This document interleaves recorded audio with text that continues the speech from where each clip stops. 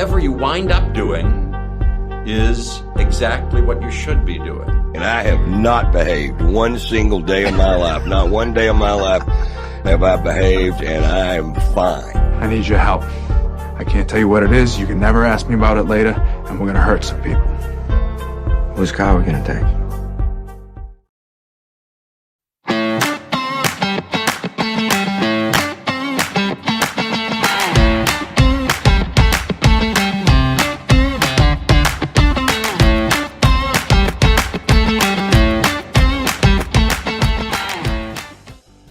Good morning, and thank you for joining us on the Nikki Medoro Show. It is a fabulously not as cold morning for many of us around the Bay Area or wherever you are watching the show. Good morning, Kim McAllister. Good morning, my friend. How are you?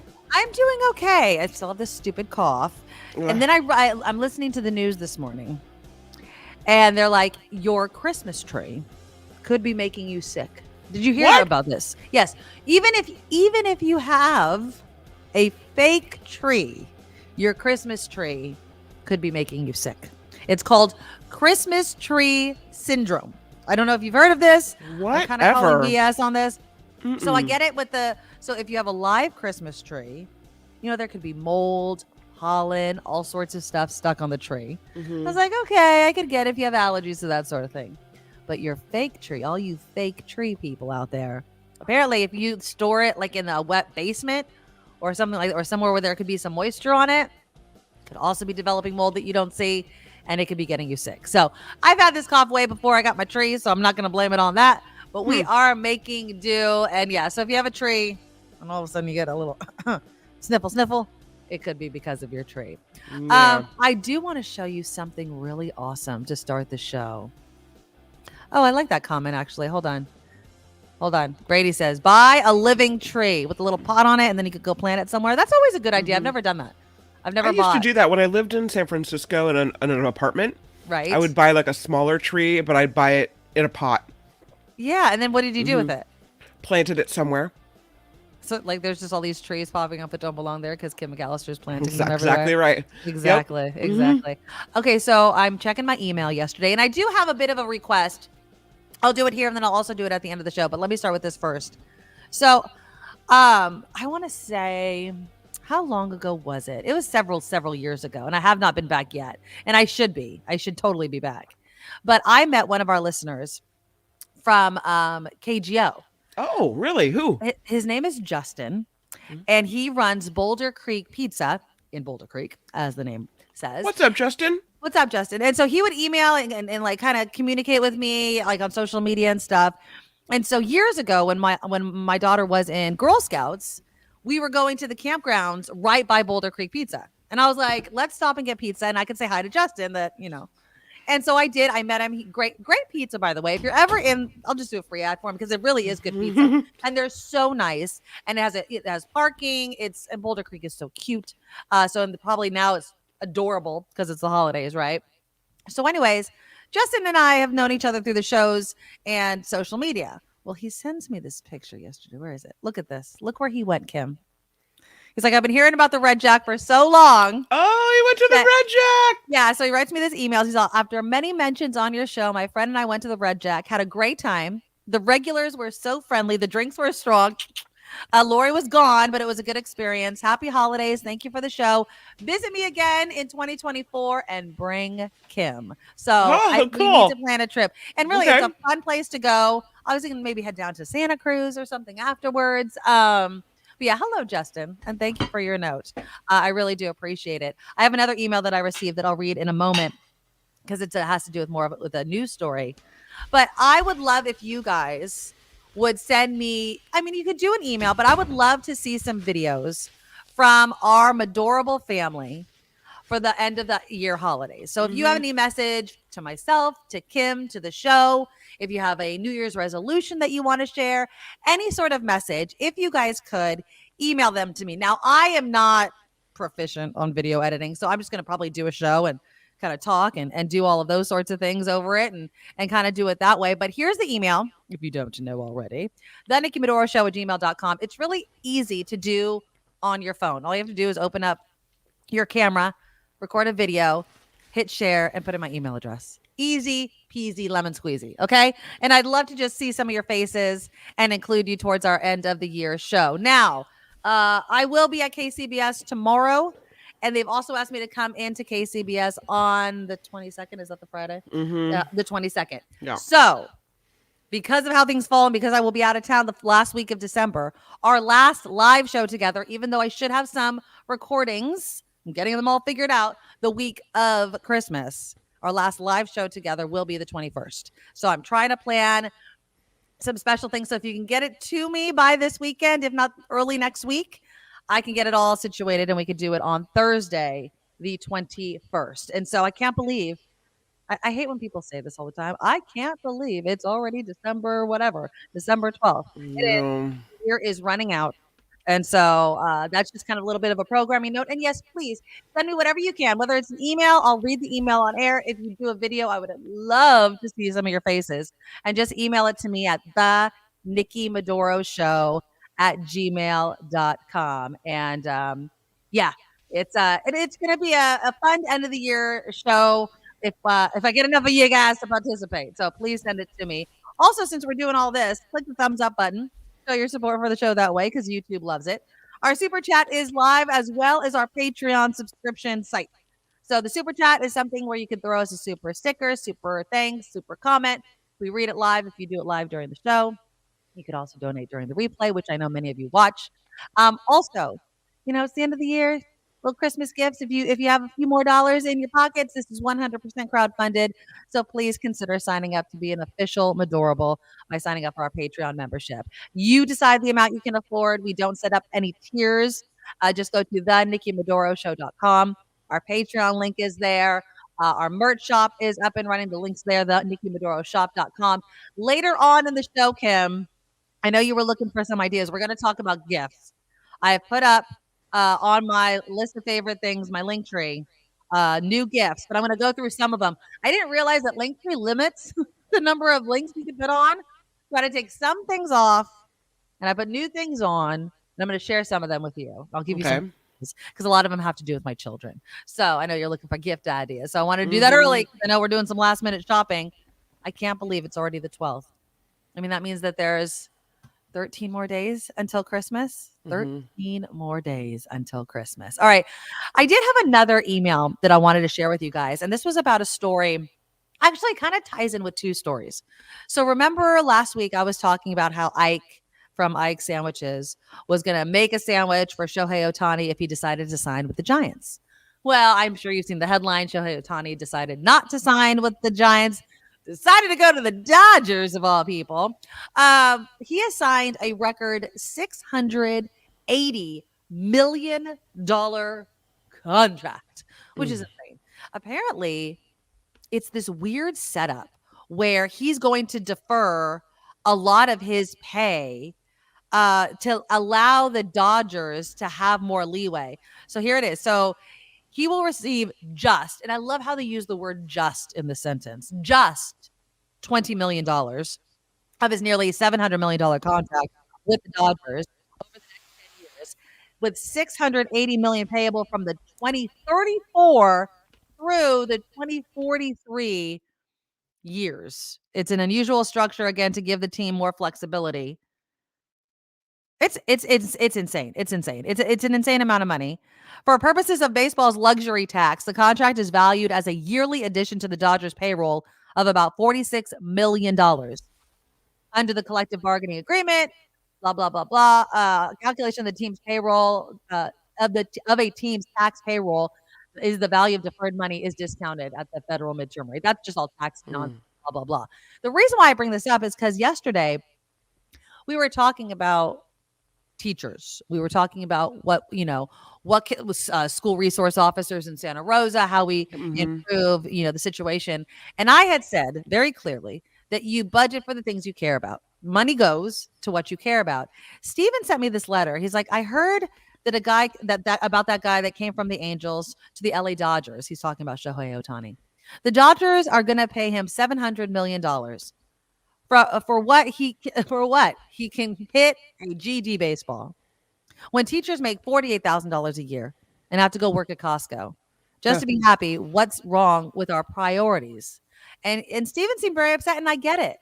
Now, baseball brings in a ton of money, right? And it's because of us, right? We spend a lot of money. We buy the tickets. We buy the things that they endorse and all sorts of things. But it is hard to look at someone, and I'm not knocking Shohei Otani or any football player, baseball player, basketball player that breaks in the millions. But as a society, that's where we put value. We don't think that that's gross, right? We don't think it's gross. $700 million contract for a guy that's playing a game. And yet teachers are scraping by, and their career choice is helping raise our children. I agree with you, Stephen. It's frustrating. It's sad, but that's how it is. And it sucks. I don't know what the answer is. It's not as if that's ever going to flip-flop, right? There's always these memes like, I wish that, football players had to go work at Costco, for instance, and teachers were making millions upon millions of dollars a year, but they're not. That's not where we put our priorities, and that's not what we put a value. If we said that a teacher would make, let's say, $500,000 a year, you want to know how many people would be outraged by that? As if that's insane to say. But you hear about a sports player making $500,000 a year. Oh God, he's underpaid. Think about that. It's kind of crazy. It really, really is. I love this. Maud, will baseball be around then? That's insane. I was thinking the same thing, Maud. I was like, that's a really long extension of a contract. 2043. I know we're in 2023, but what if he gets injured? Does he still get the money?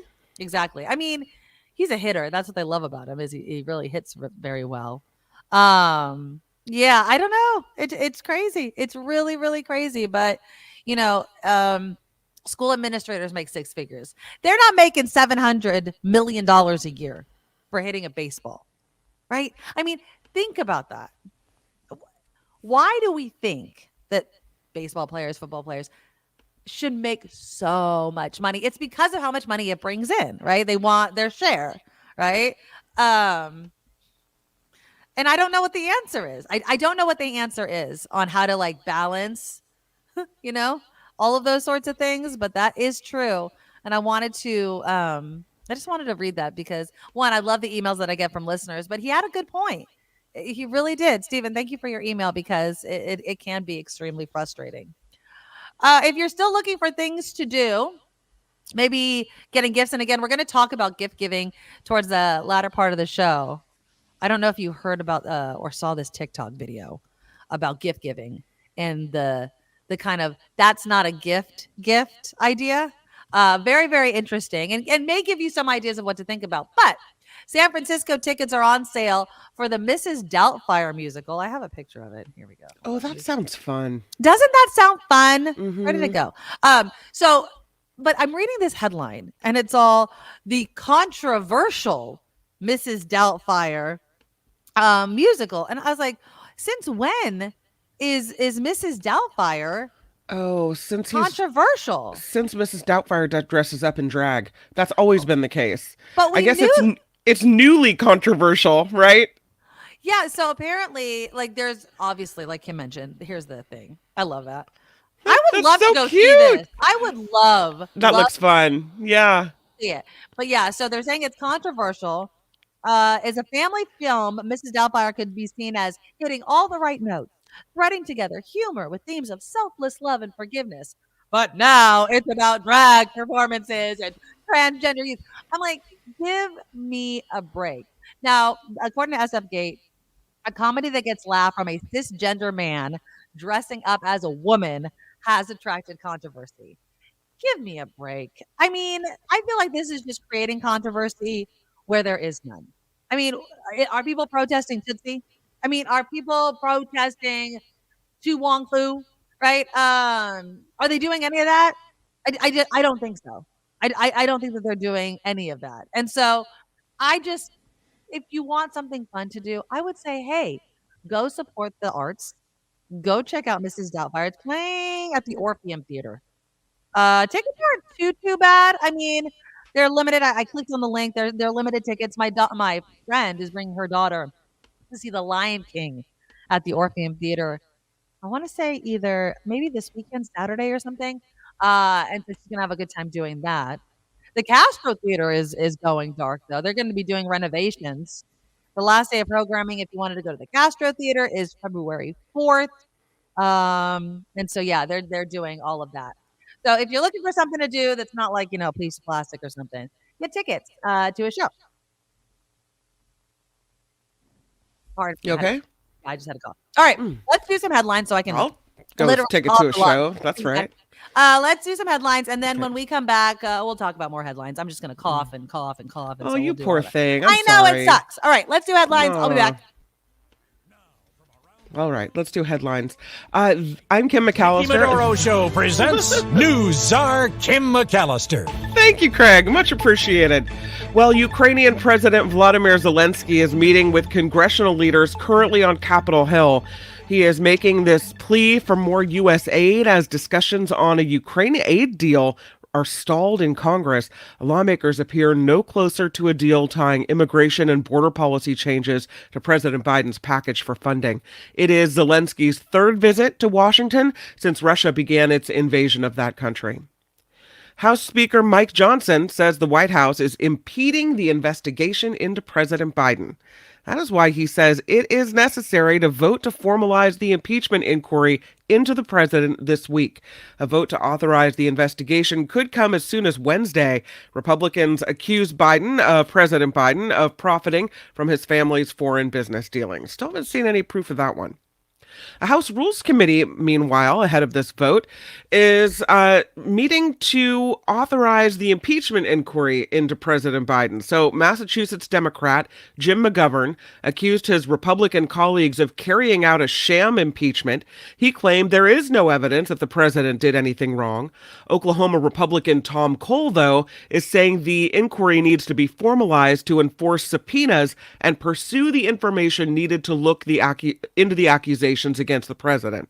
A vote to authorize this impeachment is expected, again, we say Wednesday is what they're thinking, and Republicans are accusing the president of trying to carry out an influence peddling scheme and profiting from those business dealings. So again, Wednesday, the day, we'll see if they have the votes to do what they are trying to do.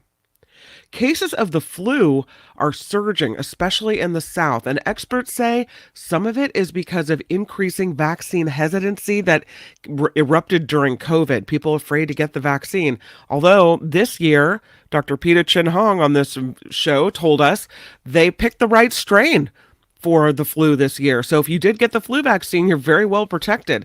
But a Texas-based infectious disease expert is warning against listening to anti-vaccine activists, says they are monetizing the internet for their own benefit.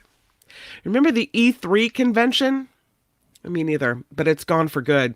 The organizers behind the Electronic Entertainment Expo announcing today the annual event in Los Angeles has officially run its course. The Entertainment Software Association canceling the in-person event in 2020 due to COVID.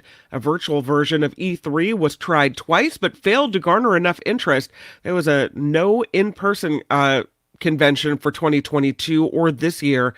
E3 was founded in the mid-90s during a video game boom, and by the mid-2000s, it was struggling. Then it downsized and eventually moved out of the LA Convention Center, where it once filled every single hall. So just kind of a slow dwindle to a cancel. New York, where did that come from? New Los Angeles Dodgers star Shohei Otani, as Nikki mentioned, is deferring most of his record-breaking contract. Over the weekend, Otani agreed to a 10-year, $700 million deal to play for the Dodgers. It is the largest contract in U.S. sports history. The baseball star will reportedly defer $68 million of his annual $70 million salary in an effort to lower the Dodgers' payroll and tax issues. That's nice. It is now less affordable than at any time in recent history to buy a home. Unless you're Shohei Otani. Yeah, exactly. Shocking to hear this story. Mortgage rates slipped to about 7% last week, the lowest in several months, but they are still more than double what they were 2 years ago. Typically, high mortgage rates slow down home sales. Home prices should soften as a result, but not this time. You know, I was reading the story. I was thinking about you yesterday, Nikki, that Sacramento, the real estate market is heating up. Yeah, I mean, I'm not in the most desirable area. I mean, I'm not in a bad area. I'm just not in the most desirable. I hear that, but what always blows my mind is people always say, oh, Sacramento, Sacramento. The appreciation rates of homes is way slower than in the Bay Area. I'm telling you, there are homes around here I'll see for sale. I'm just going to throw out numbers. $1 million.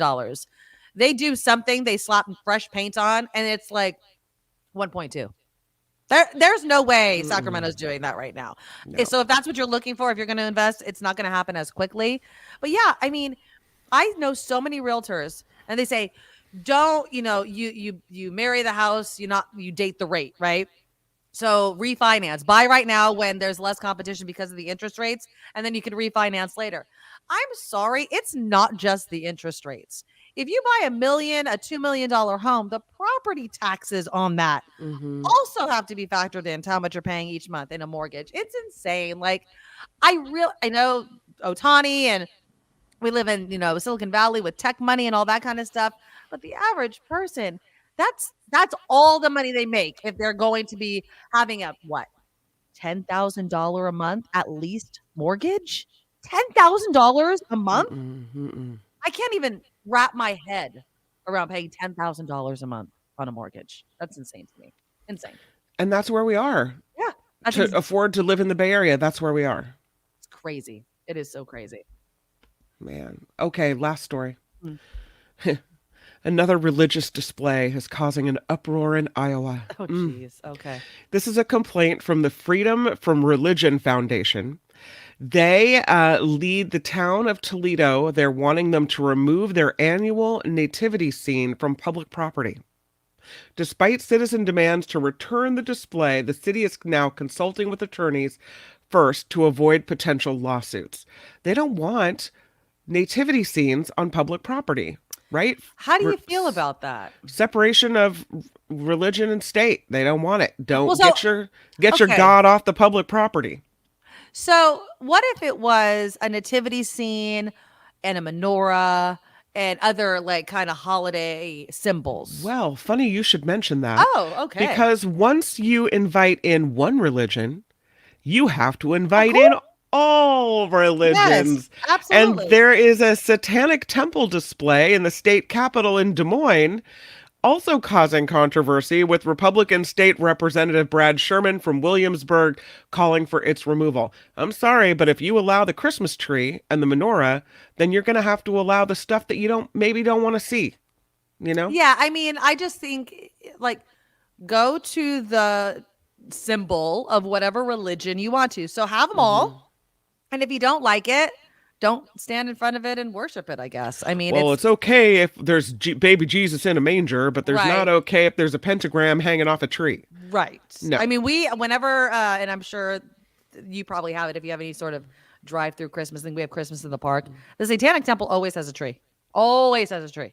And it's big sign right there. Nobody ever protests it. People get their panties in a bunch over all kinds of stuff. I've never seen a satanic tree. I mean, in person.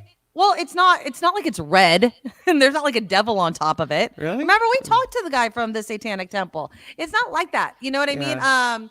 And so, yeah, they have one, and it just, the only reason you would know that it's from the Satanic Temple is because there's a sign that identifies like Boy Scout, this, that, you know what I mean? Who decorated the tree. And that's it. I mean, it's decorated just like any other tree. Yeah. Well, I think this one might actually be red. Oh, well, who cares? Again, you got red lights on a tree. You know what I mean? And no, I don't think a Christmas tree, a nativity scene, but not a Christmas tree isn't the same on public property as a nativity scene. No, because I would say that a Christmas tree is non-denominational, right? Randy says, wait, is a Christmas tree on public property the same as a nativity scene on public property? Well, sure, isn't it all a religious symbolism? I don't think the Christmas tree is a religious symbol, is it? Oh, Christmas. Christmas. Christians have a Christmas tree. You don't have to call it a Christmas tree. You could call it a holiday tree. I mean, but I'm just saying, is the now somebody has to have the answer to this. Christians did not start the Christmas tree thing? I think that was a pagan thing that the Christians co-opted, but it's become all the pagan things. It's become a symbol of, the Christian holiday. Sandy doesn't think so. She says the Christmas tree is not a religious symbol. I don't think it is. I'll Google it. Or somebody else Google it for me because I don't. So when I'm putting up a post or a note to celebrate a holiday in a classroom. Okay. I always take pains not to include a Christmas tree. Oh, interesting. So I wrote the letter about, fundraising for a teacher's gift this year. I put a snowman. Okay. Because a snowman is a winter seasonal thing. Right. It's not a symbol of any particular religion. But if you, and I think people have mellowed, and so maybe because, you like the idea of a tree, you can decorate a tree any way you want. You can hang Stars of David on it. You can hang, baby Jesus on it. Not baby Jesus, but you know what I mean. Little pictures of him. You could do, so you could have a Valentine's Day tree. You could have a Halloween tree. Of course. I know people that leave their fake trees up and they just decorate it depending on what month it is. Yes. And so you could argue that, a tree can have different meanings to you, but I think if it's a Christmas tree, usually you're Christian if you have a Christmas tree. Christmas tree. Christ. Yeah. Okay, go ahead. It's a symbol of the Christian religion. So apparently the courts have acknowledged that while Christmas trees have their roots in Christianity, they are now largely considered secular. Which means kind of like non-denominational, because everybody puts one up, but not everybody is religious. I think it's kind of like it's been diluted too much, right? That even if you don't go to church, I mean, do you have a Christmas tree in your house? Yeah. Do I go to church? Absolutely not. So there. Am I religious? Nope. Exactly. So I think that's the point. But for us, it's a family tradition, and a couple generations ago, somebody in my family was going to some Christian church, right? So my family has, I would say, a history of, if we had to claim a religion, that would probably be it. Well, and that kind of goes in line with, being an American. I mean, it's the most popular religion. Yeah. I don't know, maybe the most. I don't know what the stats are on that anymore, but yeah. We don't really claim any religion, though. Yeah. I mean, I claim Catholicism just because I was raised and I'm baptized Catholic, and you have the guilt of Catholics running through my veins. But no, I don't go to church. Doug says, I like the Yule log on TV. So does my son. I like it too. He wanted to watch it the other day too. It's on right now. So it's not just a Christmas thing. Thank you for reminding me of that, Doug. Yeah, they even have the crackling sound effect like that. And then they have Santa's hand, moving the logs with the thing. We always put that on when we open our gifts. I find the Yule log, the Christmas tree, and that's our thing on Christmas morning, is to have that going. But yeah, Festivus for the rest of us. Yes, there's that. Just be a kind person. How about that? You know what I mean? I like Festivus, the general airing of grievances. Right. I'll have to look that up. Lulu says there's a great explanation on Adam Ruins Christmas on YouTube. Do you ever watch that show? No. Adam Ruins Everything? No. So he takes something and so for instance, this would be Christmas. And he finds all these facts of like, people think this, but this is actually true, or that's not actually true. It's actually a pretty clever show. Just look it up. Roman Catholic, the most serious of the Catholic religions. Grady. Yes, indeed. We are also Roman Catholic. So it's there's levels. There's levels, and there's also levels of guilt. I think my mom was baptized, I want to say Episcopalian.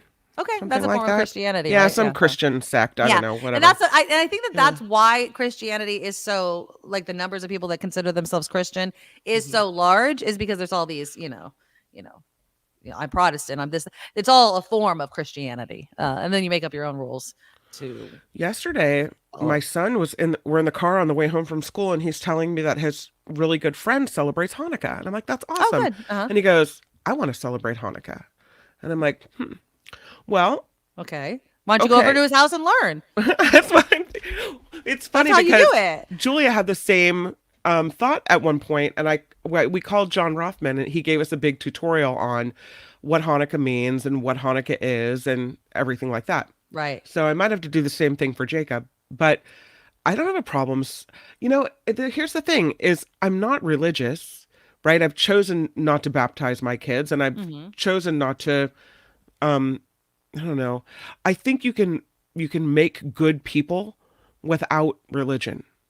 You can make moral people, like, exactly. So this is the path I've chosen. And so for me, any celebration is not going to be a religious celebration. You can, I think, I struggle with it. Is it, what, cultural appropriation to take someone's celebration and then, but I think people would want to share these things. People would not be averse to having other people celebrate their traditions and their things. I don't know. No, I wouldn't have any problem with it. I think that, it's just as with Jacob and obviously Juliet earlier, being curious about something, be like, I want to see what that's all about. I remember I used to, when I lived with my parents as a child, we lived across the street from a Jewish family. And I was really good friends with their very younger daughter, who was actually younger than me. And they invited us over for one of the nights of Hanukkah. And it was really cool, like to see somebody's. Now, do I think I was, oh my God, betraying my own religion? Of course not. Again, I've said this before and I say it again. I feel like religion is the language. It's like language. It's the language you use to communicate with God if you believe in God. And so there is no right or wrong, in my opinion. That's just a weird thing to say. Like yours is the wrong religion. No, you just speak a different language, just as there's no wrong language. It's just the language you use to speak and to worship. Heather says, I'm just here for the presents, y'all. You're like, what are you getting me? We're going to be talking about gifts. I have this great video to play.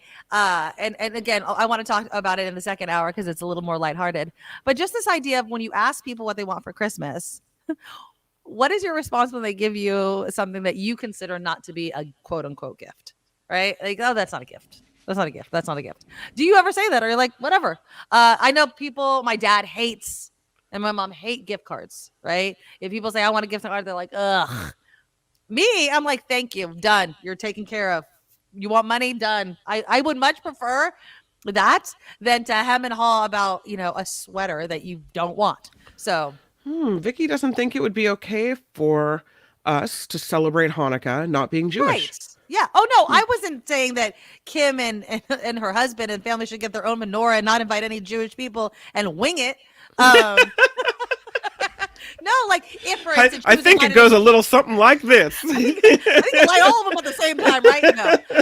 No, but like if she was invited to John Rothman's house, right? Well, I would say you're part of the celebration. I don't think that you're acting, or in any way offending. You're invited to the tradition. That's what I meant. Not that they would get their own menorah and, start lighting the candles and try to, do all of the prayers and everything like that. No. I don't.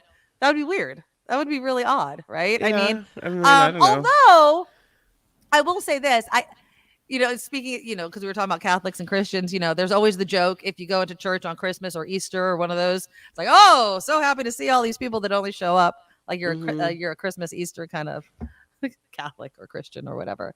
And are they playing the role? Like, are they doing it wrong because they don't do it every Sunday and those sorts of things? So I don't know. I feel like if it's what and you've been exposed to it before, and I will also say that if you're part of the religion, you just don't go. Like, I don't think that I'm being fake if I go to church. I know all the prayers. I went for so many years of my life. I just choose not to go anymore for my own personal reasons. And so, but if I try to do, Hanukkah at my house, totally faking it. I wouldn't know what the heck I was doing. My husband feels the same way as you. He tried to drag me to mass at the Catholic Church at midnight mass. I used to love midnight mass as a kid, though. Yeah. I will tell you, if there is a mass to go to, that's the one. For him, it's about tradition, right? That's what it's about. For me, I walked into the lobby and I saw some of the flyers hanging in the front of the church, about, we're against IVF and only God's plan. And I'm like, I turned myself around and walked straight out. That's you did? I'm out. Mm-hmm. Yeah. Here I am at a place believing stuff I just don't believe. I'm not going to sit here and genuflect and pretend. Absolutely not. So for me, my reasons for not going to church are kind of in line with what you're saying. It's not that I don't believe in God. I do. It's not that I don't pray. I do every day. Mm-hmm. It's just I find a hypocrisy within the people, not God, just of the people, that it just I've lost it. I've lost the passion of going every Sunday type of thing, and also like, and I make this joke and I'm not trying to be offensive.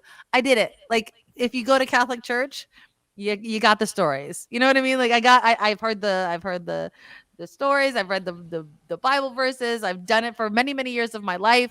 And I have a problem that I can't get over, and maybe I will someday. Maybe I'll go back to regular church, but right now I just do not. Yeah, Lori is with me. She's saying it is a bit of appropriation. Celebrate it with friends or go to a public display. Doing it at your house seems uncomfortable. Yeah, I would never think that. I would never advise anybody to do that. That would be weird. At the very least, and then yes, appropriation. Although, just beyond like Christmas or Hanukkah or something like that, learning about the Jewish religion on your own isn't appropriating it. You know? I'm all about learning. Yes. I was winging it in the car the other day. I was trying to explain the story of the oil burning for 8 days. Right. And the miracle, it was a winging situation because I'm sure I didn't explain it properly. Right. Now I have to call an expert like Brian, yeah, exactly. who says I have been to midnight mass and it is really beautiful. It is. It's very beautiful, and I don't know what it's like in Brian's or other people's churches, but there's a whole play basically that they put on about Mary and the birth of Christ and that night and just midnight mass, and it's late and everyone's dressed up and then when in my house when I was a kid, after midnight mass, since it was technically Christmas, we were able to open our stockings. We were able to open our stockings, and so we would do that, and that was something fun to look forward to. But yeah, I have to get stoned for midnight. I love Nick. Nick, you make my heart sing. Yes. I'm not religious, but I go to church every Sunday with my wife because she likes it when I go with her. And that's awesome. You know what I mean? I mean, my husband's not religious at all. But whenever whenever we have to go to church, whenever my parents ask us to go to church, we often do. They don't ask as much anymore. But if they do, it doesn't bother me. It doesn't bother me to go to church. I just don't regularly go. Vilma, who I love, calling us out, thinking we're putting Catholics down. You are Catholic. I don't think we're putting Catholics down. She says we're putting all Catholics in one basket. She knows we may not agree with her. No, and maybe it was because of it's not the Catholics that I have a problem with. Although there are some that I do. And I think I believe, just to kind of put a point on it to clarify for myself, I think that the church has gotten too political. I do. I think that it's, and I just don't understand. And I think that there can be, not universally, there can be a hypocrisy involved in the message coming from the pulpit of love your neighbor and take care of the poor. And then what people choose to support either with donations or in the ballot box. And I just find a hypocrisy there. So I'm like, you know what? I'm good. I have my own personal relationship with my God, and I don't need any of this other stuff. And I don't need to be preached to by people that also promote something that I disagree with. But if you're Catholic and you believe in that, then more power to you. I'm not, some of you, like, you're Catholic and you're totally supportive and you don't agree with certain things, and I applaud that as well. I don't mean to lump everybody into it. It's just me, what I'm exposed to, and how I feel about it. So that's it. Joanne says, when I was a little girl, we had to go to midnight mass, and I thought I had to go or Santa wouldn't come. I love the conflating, right? Of like church and Santa Claus. I swear, I told this story to my daughter, and I've told it every single time. One time we came home from midnight mass, and everyone, you are all going to think that I'm lying right now. Kim, you're going to think that I'm high, okay? I'm telling you, I saw Santa Claus. As a kid, and I tell the story to my daughter all of the time. We came home from midnight mass. I looked up into the night sky, and I swear I saw what to me was Santa Claus, like in the sky, sled, reindeer, very far in the distance, kind of a shadow type of thing. And I tell this story to my kids all the time. My daughter was laughing at me last night. She's like, or the other night. She's like, you're lying. And she's like, so you saw Santa? And I'm like, I saw as a little girl what I believe to be Santa, and I don't care. And it was funny. I'm mentioning it because you're talking about coming home from church and then seeing Santa Claus. Yeah, I feel you. I love you, Heather. Sunday mornings are for sleeping in. The only religion I have is the Church of Brunch. The Church of Brunch. I hear you. Oh, look at SF Tesla. Next thing, they'll be banning Christmas trees of the wrong minority color. This is deja vu ring to it. Of course, a red tree belongs to Pinko. I don't know what that means. Like a pinko commie. I don't know. Oh, okay, maybe. Yeah. And then somebody earlier in the comments said Melania had red trees. Remember when she had to decorate the White House for Christmas? I do. She did have red trees. I have no idea. Like, I'm not offended by a red tree. There's pink trees. There's white trees. I'm not a flocked tree type of person. I don't need that crap in my house. It's not snow. It's a mess on a tree that I'm bringing into my house. So no. Yeah. Steven says it can go to midnight mass at Unity Church or Christ Unity Church, whatever you want to call it. It's the most incredible. Yeah. I'm telling you, if you are one of those C&E, right? Christmas, Easter type of Catholics, midnight mass is the one to go to. Christmaka. Yeah. Like Hanukkah and Christmas. I mean, that has to happen in many homes, right? I would think so. Yeah. One person's Jewish, one person's not Jewish. They celebrate Christmas. They celebrate Hanukkah. There you go. So, just be nice to each other. How about that? I am of the religion of being nice and fair and inclusive and loving to everybody. Kindness. One and all, It's That's religion my of religion. kindness. Religion of kindness. Exactly. Now, I know that you did news. Let's switch gears here because we're going to talk about gifts in the second part. We're going to be lighter in the second part of the show. But this is also really, really funny. And I don't know if you did your news because I was hacking along. Okay. And when I read this headline, I thought of you instantly, Kim, because all I could hear is you going, no. California is poised to allow toilet-to-tap projects in a landmark water rule. California water regulators are poised to approve long-awaited rules. Wait. Toilet-to-tap. Toilet-to-tap. Now, it's not going to go directly from your toilet to your tap. Because that's what the name implies. I know that. And I do think they need a new branding. Okay. But they're going to use water from the sanitation system, high filtration, impurity removal, and then put it back into the water supply. And the funniest part is it's going to move forward to numerous counties, including my own Santa Clara County, Los Angeles, and San Diego. Is Sonoma County on the list? I didn't see Sonoma County on the list. Now, safe for now. But if they did, so regulators are going to give this consideration next week. If approved, it would enable projects, sometimes dubbed toilet-to-tap, to move forward in numerous communities. Now, it just mentioned 3. Could be in yours. We'll see what happens. Now, this is going to be highly, highly treated water. Some people say more like toilet to lawn. Right now, we do this, but it goes to irrigation for crops and stuff like that. John, you are reading my mind.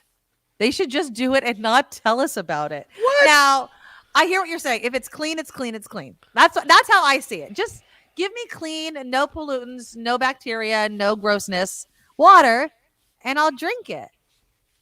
If you found out that your county was going to do something like this, Kim, would you just start buying bottled water, which I'm going to add this caveat, isn't necessarily any cleaner? I mean, it's just city water, and who knows how I don't know. I might look into one of those whole home filtration systems. So you're going to filter it again? Like an extra layer. One? I don't know. I'm uncomfortable. I'm uncomfortable. I don't like the thought of my water that I just peed in somehow circling around and coming out my tap. I just don't like that. Sorry. It's not an immediate circle. Where does it go then? Tell me the process. Okay, so here we go. And it's life as water. Under the proposed rules, I flush, and then what happens? Okay, right now, most wastewater in California gets treated and then is discharged into the ocean, rivers, bodies of water. Under these proposed rules, some water could be kept within the system, treated to a higher level, and in a matter of hours or days, returned to the main water supply in a process known as direct potable reuse. Because of the extra treatment, according to water analysts, it will be some of the highest water quality available. Now, they say the impact won't be immediate. Even after the Water Board approves the regulations, it can't take effect until the State Office of Administrative Law signs off, which could happen next summer or fall. And then it could be another several years before the first projects receive approval. So this is going to take a while. But we need to do something. We're just letting that water go. And we need it. We need it. Calvin says there's no choice but to recycle water since there's a shortage with the current population in the state. Exactly. Vicky says, no, that's gross. Eric says, due to the water cycle, all the water you drink has probably been pee at some point in time. Thanks, Eric. Appreciate that. Poo, whatever. Yeah. So, and I will also say this. If you were in another country, If you were in another country, there's a whole new meaning to the word potty mouth. you would comment of the day.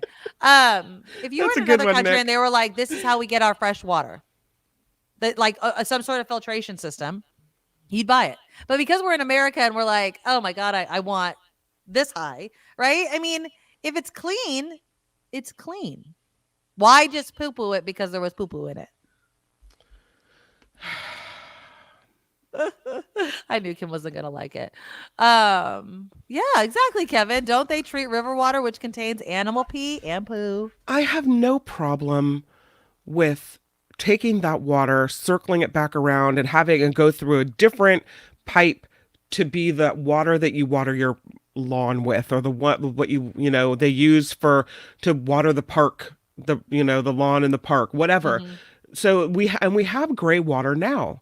And so if you take that water and you use it, because a lot of water goes to agriculture, to people watering their lawns and flowers and everything else, what's wrong with using it for that reason and keeping the purest water, the water we drink? Because it is pure water. They're treating it. I mean, you're saying it had poop in it. People spit in the sink and wash it down like that. Your water went through dirt and rock and everything else, and then was filtered. So dirt, rock, all sorts of things. The water you drink right now through your tap went through all of those things, goes through it, and you're like, that's okay. But because you know that it once was inside a toilet, you're saying no. Yep, that's right. Like, yes. And I will stand by that. Look, it's coming. It's coming. So you better get out of here. You better stop yucking it, because it's going to happen. We have to think outside the box. We don't have enough water. We need a plan for drought years. We need a plan for more population.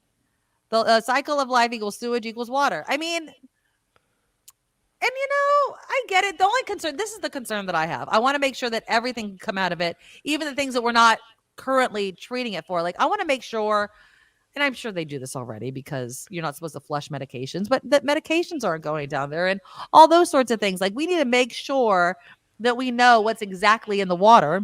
And as long as we can do that, I'm fine with it. Fish swim and eat in their poo and pee. Yeah. And they're fine, Kim. Oh, Randy says the ducks poop in the water at the Santa Clara County groundwater recharge ponds. Yes, they do. My husband points them out all the time. Turd farms is what he calls them. He's like, there you go. Look at it. So see, you're already drinking poop. I don't know what it's already been poop. It's getting filtered. It's going to be clean. And it honestly is something that we need to do. There are things that we can do, I think, to help save water, to help conserve. They have the sinks. Have you seen the sinks over the toilet? So that, oh yes, I have seen those. Right? So you wash your hands, and that water that you just washed your hands with then becomes the water that you flush with. This is a problem. This is not a problem. This, I think, is a great idea. So changing the way that we do things in order to conserve water, that's great. So you'll wash your hands with water from the toilet, but you won't drink it. No. You wash your hands with the pure water. That water then filters down and becomes the water you flush with. I think that your definition of pure is the problem. It's only pure because it goes through a highly treated system, which is the one for the Toilet2Tap is going to be even more. Let's put it a different way. You wash your hands with the non-peed in water. Okay. But it's the pee, and then it becomes the water that mixes with your pee, and you flush with it. You see what I'm saying? I hear you, girl, but I'm just saying the pee is no longer in it. Like the poo and the pee and the fecal spores and all that is gone, my friend. It's gone. Just drink it up. What if Spencer's like, yes, eating bugs and poop water. What has happened in this world? It's better. I think it's actually crazier for us to for lack of a better word, poo-poo this idea. We're so hoity-toity about, oh my God, it needs to be of a certain cleanliness when it is. I mean, think about back in the day. I mean, where would we get our water? And think about people in other countries. Like, we just really need to get it together and get that out of our mind and understand that as long as it's treated, and I'm not saying drink it straight from your friggin' toilet. As long as it's treated, we need to get over it. It does need a new branding, though. You know what I mean? It needs new branding. Eric says pure water isn't healthy. Distilled water doesn't contain the necessary minerals. Yeah, like it does help you there. Yeah. I'm just saying, ew, Heather. I know, Heather. Reminds me of that episode, My Strange Addiction, with people who drink their own and each other's pee. Ew. Ugh. Gross. My Strange Addiction, I think I watched one where they like ate rocks. Brian's trying to have breakfast, okay? I'm sorry. I know. Bunch of potty mouths over here. Thank you. Mama of 3 boys has a good point, Kim. Our immune system will get stronger.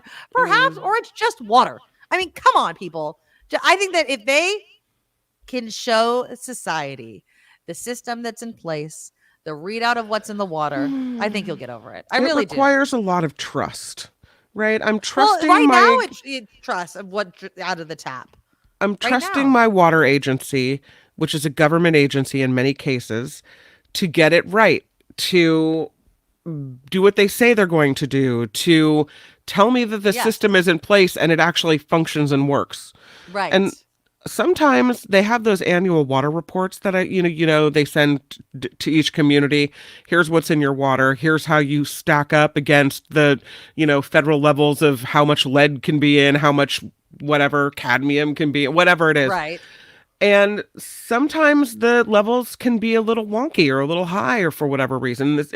In my area, it always falls within normal limits. Of course. But then, here's what happens. They set the limits, and then 5 years down the road, there's a study that says the limits are wrong. Yeah, and we're drinking too much of whatever. That's the reality of it. You have to trust that somebody down the line that's doing the work is getting it right. Yes. And I barely trust it the way it is now. You want me to add pee and poop to the mix and trust that they're getting that out as well? Yes. No. You're like, Edna. And so, see, I proved my point that I knew that Kim was going to be a big fat no on it. So I think that what's going to happen is that Kim is going to have to just be fooled into thinking that it's not in her county. And maybe it's going to happen, Kim. Once they started in some counties, it's going to move to all of them. Once they see how much water that we can conserve and do all that and save. I know, and I understand the mistrust of government, but we trust the government with so many things already that have to do with our health.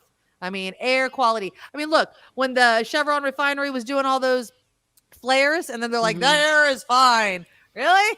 Okay. Am I just taking your word for it? I guess so. That's how we live, because if not, you'll never leave your house.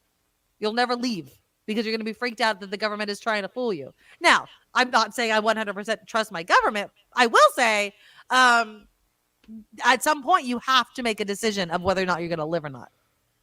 Yeah. You already have to trust the food manufacturers on what you're eating and drinking. Are they 100% error free? No, they're not. Good point, Calvin. Thank you. Exactly. See? There we go. Oh my God, Jim.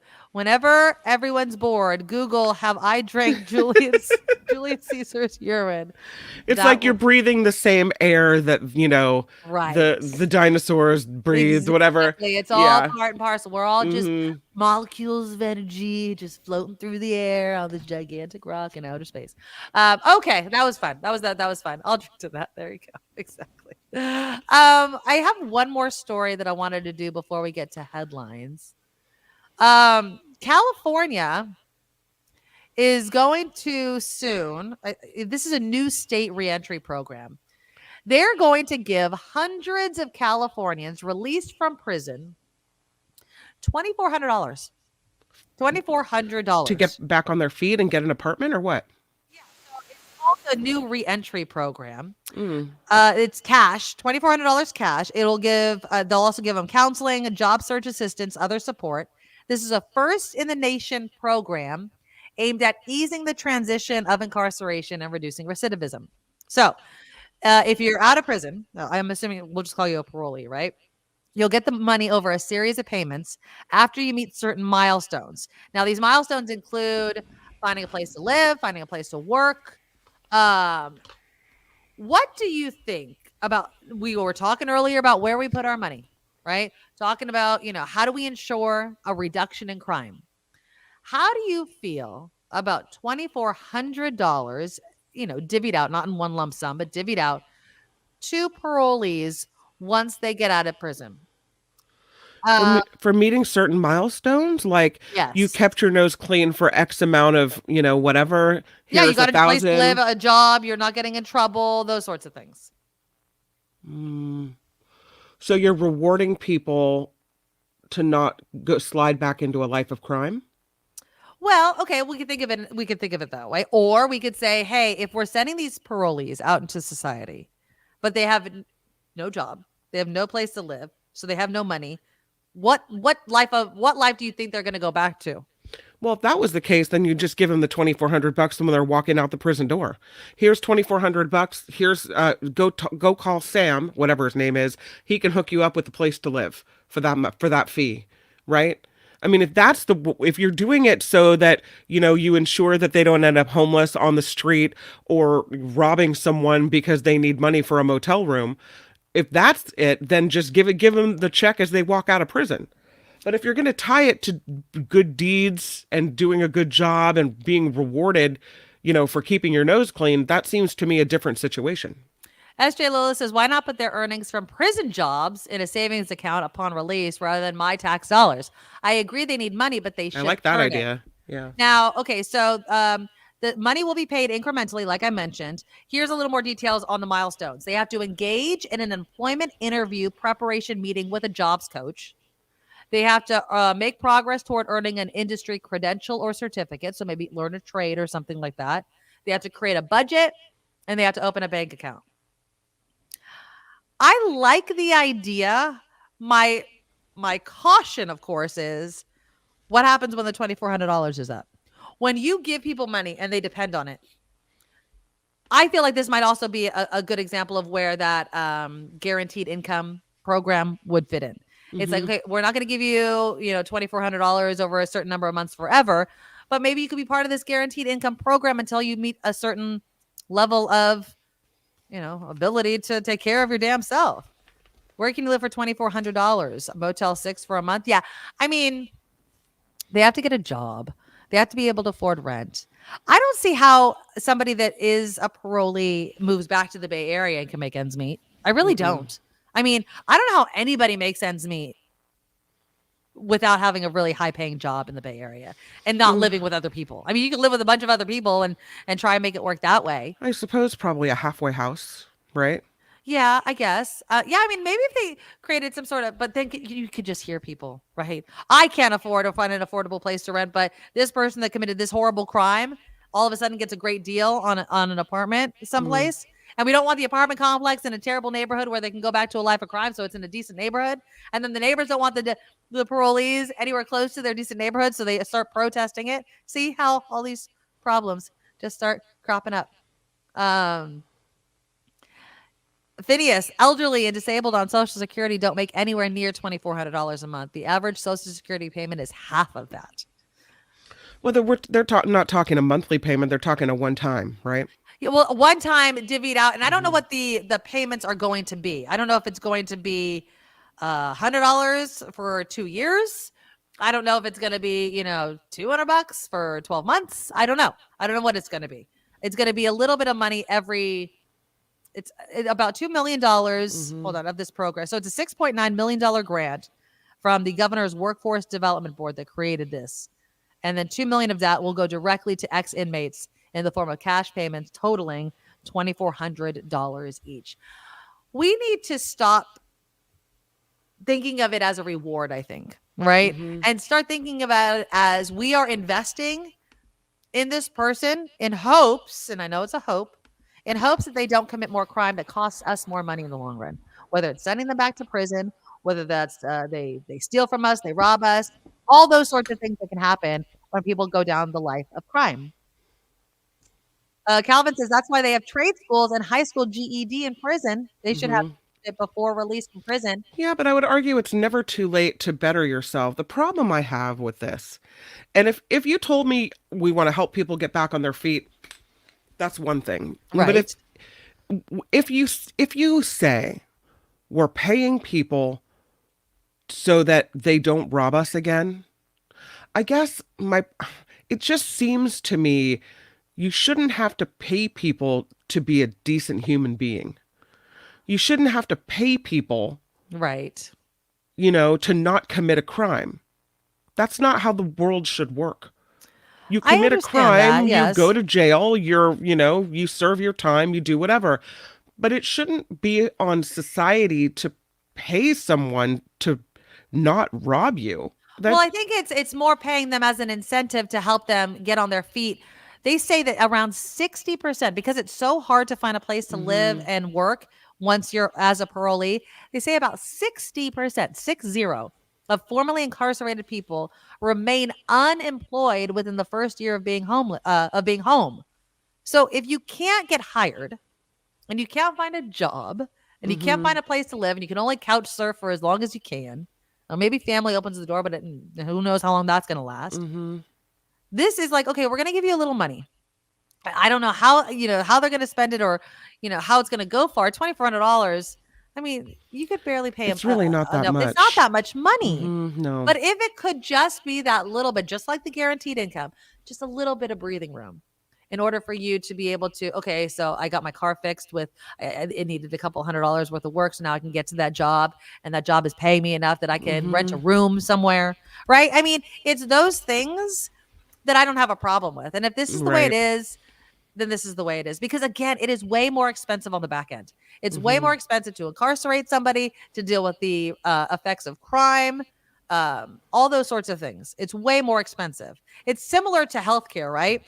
It's easier to do preventative care than to deal with somebody in an emergency room, right? So even though it might seem like a lot of money that we're investing in healthcare on the front end, it's way more expensive when people start using the emergency room doctor as their primary care physician, right? So it's all of those things where we have to invest in people and cross our fingers and hope that they do the right thing. Is it going to be 100%? No. Is it going to even be close to 100%? Doubt it.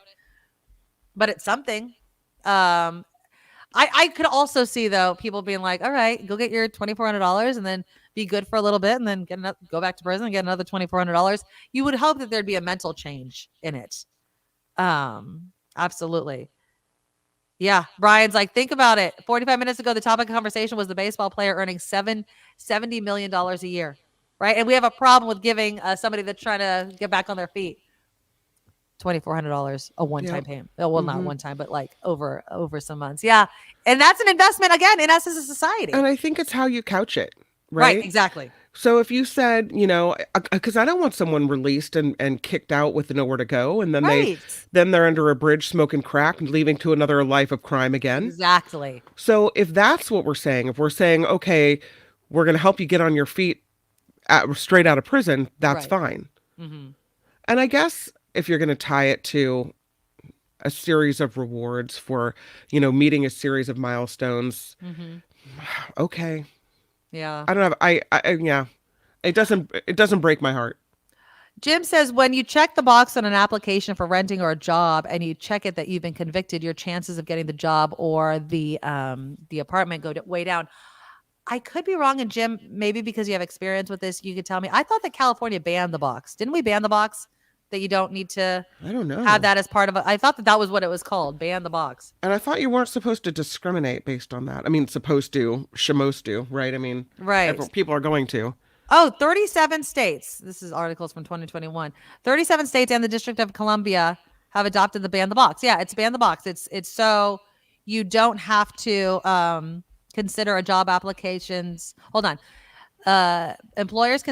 So that employers consider a job candidate's qualifications first without asking about the conviction or arrest record. Now, it can be further down the line, but I guess at least interview the person and those sorts of things before you have to answer that question.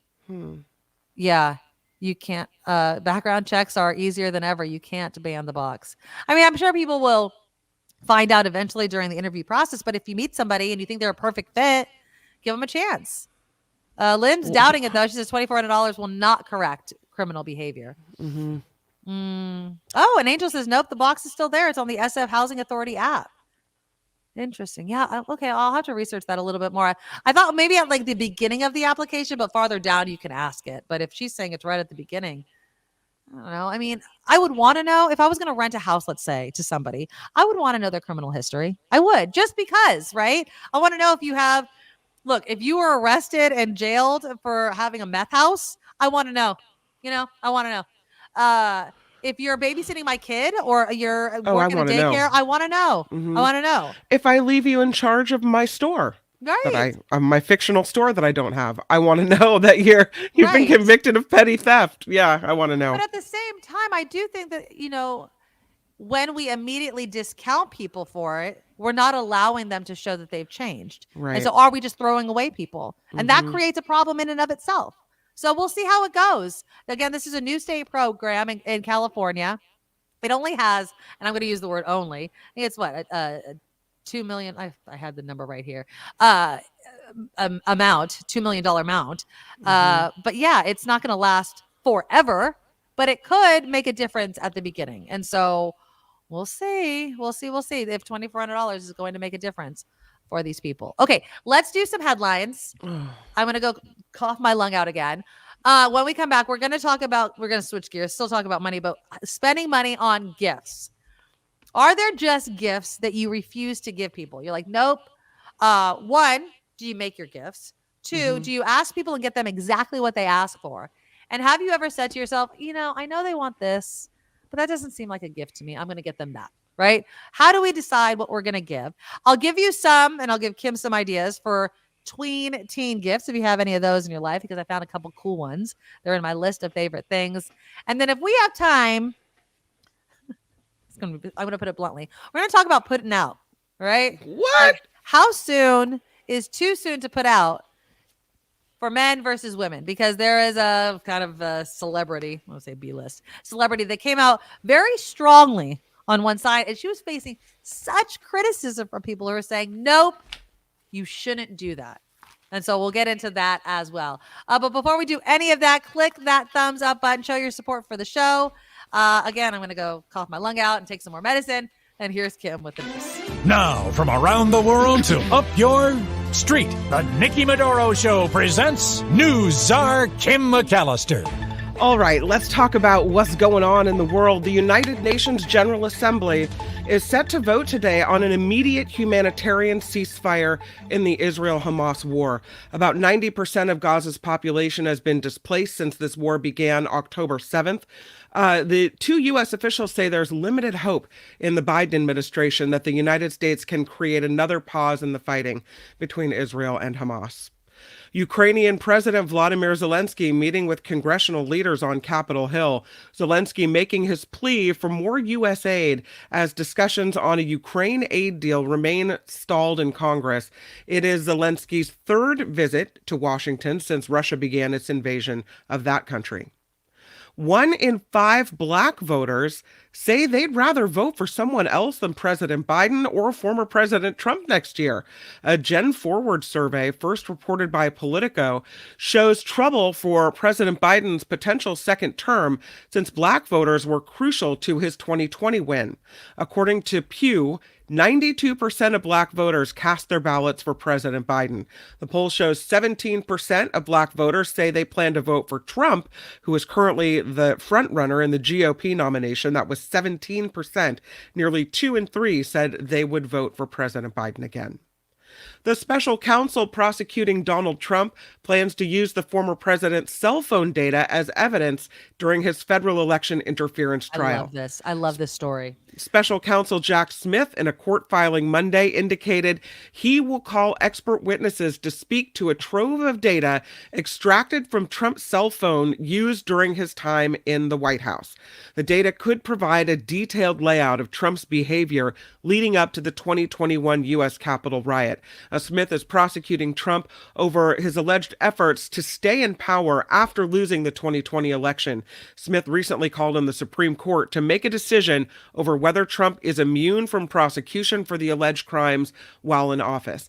And can you use a cell phone that he had while in office? Well, what's interesting is Trump loses either way.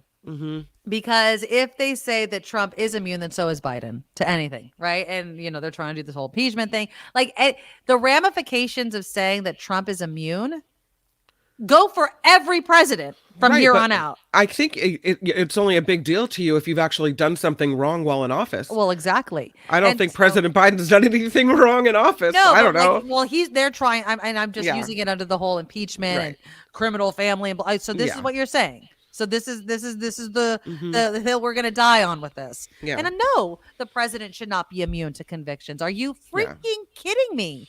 We don't have kings. That was the whole reason, right? That we became the United States of America. We don't have kings. Like, if anybody should be held to the highest standard of following the law. It's the president of the freaking United States. Mm-hmm. And so it'll be really interesting to see. I think Trump has until I think the 18th or something like that to respond. And then the Supreme Court's going to decide. And I think Jack Smith is like, please, let's do this already. So there's all these discrepancies on January 6th where the former presidents would say, well, people are saying, well, we called him and we asked him for Capitol Police to come or for the, the National Guard to come. Right. And he says, well, no, you didn't. And no, I never got so it would be nice to know what exactly happened there. Let's put those records out to the public. Well, although, I mean, maybe unless everything is documented as far as what was said and the text and everything, I don't know. I mean, all I'm saying is the debate over what happened on January 6th, in my opinion, is ridiculous simply because we watched it happen. Yeah, nobody was confused on January 6th. Nobody. I was not confused. Nobody. No, Kevin I wasn't McCarthy, either. your dumbass, wasn't confused. No. Nobody was confused about what was happening. People were blowing up Trump's cell phone, telling him to do something because they felt he was the only one that could. Now, why? Why would people text the former president telling him to do something about it, saying you're the only one that could do something about it, if the damn guy wasn't responsible for the friggin' thing? So let's stop with the nonsense. We weren't confused. You're not going to gaslight me into saying, oh, but this happened. Oh, we didn't see everything that happened on January 6th. Dude, I saw everything that happened on January 6th as much as I want to without being there. And no, it's ridiculous. Eric says finding Trump had total immunity would essentially mean Biden also had total immunity and can do whatever he liked. Apart from it being obviously unconstitutional, they won't give Biden that. I would hope not. I don't think anybody should get that. If Biden commits a crime, he should be held accountable. Yeah, I'm sorry. Why is that he hasn't. Exactly. But what I'm saying is nobody should be above the law, especially the president of the United States. If the Republicans actually had evidence, which they do not because they failed to present it, then and you could prove it in a court of law that it's actually a crime, fine. Then prosecute the guy. It shouldn't be that hard to say something like that. It really shouldn't. No. Well, this is something you were talking a bit about yesterday. Harvard's governing board has voted to keep Claudine Gay as the school's president. So Gay has faced calls for her resignation after firing after her appearance before a congressional committee to discuss anti-Semitism on campus. She and other Ivy League school leaders faced criticism for their answers to questions about whether calls for genocide of Jews violate school rules or not. Ugh. I mean, okay, I hesitated to say this, but I'm going to say it because I've been seeing it places. A lot of people are saying that because the Harvard's president Gay said that she found it personally abhorrent. That kind of, which is what the president of UPenn failed to say, right? She had that kind of lawyer kind of talk. That's one of the reasons why. Another is that Harvard doesn't want to be seen firing their black president. They don't. I'm leaning more towards the fact that she says it's personally abhorrent. She was really trying to make clear that personally she saw it that way. But again, it should not have been that hard for these presidents to say, yes, that violates the code of conduct. In my opinion, it should. It should. Doesn't mean you're going to get arrested, but there should be a consequence for saying something so offensive. There just should be. Almost a month after President Biden said that he and Chinese President Xi Jinping had agreed to resume communication between each other's nations' militaries, there's been no movement, no change. President Biden said after November's meeting with Xi in San Francisco that a military hotline would be restored. U.S. officials say they have no response from Beijing. Yeah. Wait a minute. You agreed to a hotline, but there's no hotline. Well, no. It's like ring, ring. This phone is no longer connected. Oh well, sorry. This is one of those stories about finding something of value in a bargain bin. I just love it. Okay. A Scottish woman who picked up a first edition copy of Harry Potter and the Philosopher's Stone. Is it Philosopher's Stone? I thought it was Sorcerer's Stone. I thought it was too. I now that you mentioned this, I saw this story. I thought, I'm calling out Dave Clark on KTVU. He's right. I'm like, Dave, it's Sorcerer's Stone. No, apparently it's Philosopher's Stone. They showed a picture of it. It's Philosopher's Stone. Apparently that was the first edition, Yeah. what it was called then. She picked it up in a bargain bin for $12. Can And you it imagine? sold at auction yesterday For for $69,000. The hardcover Imagine. book, titled Harry Potter and the Sorcerer's Stone in the United States, Ah, but there's Philosopher's that. Stone in the UK, You're fancy schmancy over there. was Okay. one of 200 printed that went to bookstores back in 1997. It was the first in the series by author J.K. Rowling. The woman kept it for years thinking it was worthless without a dust jacket, but then learned it never had one in the first place. Oh, I hate Yeah. dust jackets. I apologize. I hate them. That's like one of the first things that I take out. So like $12 to now almost 70 grand she sells Yeah. it for. That's mean, nice. that's a comeuppance. You know what I mean? Like, all right, there you go. That's why, I wish I was one of those people that thrifted and just could spend, a long time in those stores looking for things. Yeah. But you have to know what you're looking at. And that's, well, I don't have that skill. Okay, I've been meaning to present this story to you. This is last, and this is for you, Okay. right? Okay. Police in Northern California in the South Bay Okay. got more than they expected at a gun buyback event. A rocket launcher was collected at the recent event in San Jose. What? The December 2nd occasion at the San Jose airport brought in 408 firearms in all, an Uzi submachine gun, a sawed-off shotgun, 20 ghost guns were turned over. Owners received more than $40,000 for the firearms. Santa Clara County Supervisor Otto Lee said more than 1,100 guns have been collected since May, saying it's more than 1,000 chances to save a life. The guns and the rocket launcher are being held by the county sheriff's department for destruction. Where do you even get a rocket launcher? And you where know- are you launching it to? Where are you launching it to? And usually it's no questions asked, right? Like you Oh, turn it in, it's no that's the questions deal. asked. Yeah. So you turn in a rocket launcher. And an Uzi. Do we not have your name and number somewhere on file, please? Like, yeah. You know what's scary about that? You've got San Jose International Airport. Like, what do you have a rocket launcher for? But why? What do are you have doing all with of a rocket why do you have all launcher? those guns, and then they got money, right? Like you turn it. Yeah, in, you get turn it money in back. for cash. It's a buyback. So if Yeah. you have a ghost gun, what's to stop you? I guess the cost of making a ghost gun must be higher than the money you get for it, or I'd just be making a ton of ghost guns. They'd be like making my profit on it. Well, Not to give people ideas, but I mean, a ghost gun can be something you make yourself, or it can just be you filed off the serial number, right? So it can't be traced. Well, that's an untraceable. That's no, a ghost gun. I think a ghost gun never had markings, but maybe they consider that as well. But yeah, it's like you buy all parts except like the register or whatever, and then you make that Put it all together. machining Yeah. equipment and do it yourself or something. I just would have loved to see the face of the officer who collected the rocket Thank launcher. you. Like, what is this Okay. exactly? This is It's a rock. I don't know. I would be just as shocked at an Uzi too. I'm like, what are you doing with an Uzi? Like, Calvin's like leftover from the Vietnam War. Were you able to take souvenirs? I mean, I don't understand this. How are we? I don't. And not to be sexist, but men, right? Like men, what are you saving? What do you have in your closets, dudes? Like, stop. Why do you have a rocket launcher? This would be, I would have to. The whole no questions asked thing. I'd be asking some questions. Goes out the window. I'd be asking some questions like where, how, why. They don't come back. It's a gun buyback. I mean, but then again, you want the rocket launcher off the street, Yes! so Thank I'll you. take the rocket launcher. But Do I you have just thought that was anything crazy. else? I was like, Can do you- you have anything else of this nature in your house? Can you believe that though? I mean, that's right in your community in San Jose. There was somebody walking around with a rocket launcher. You know what's funny is I totally can. I mean, the crap is with San Jose.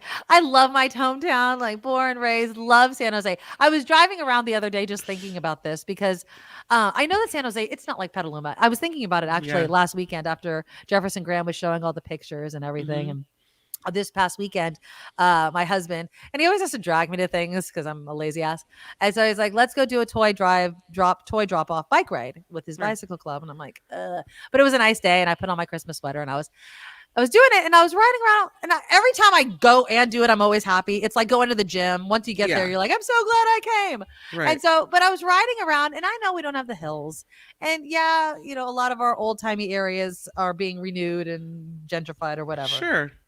I really do love my hometown though. But I will say this. We're an eclectic bunch over here. So yeah, it doesn't blow my mind that a rocket launcher was there. It blows my mind that somebody had a rocket launcher, not that they found it in San Jose. Like, no.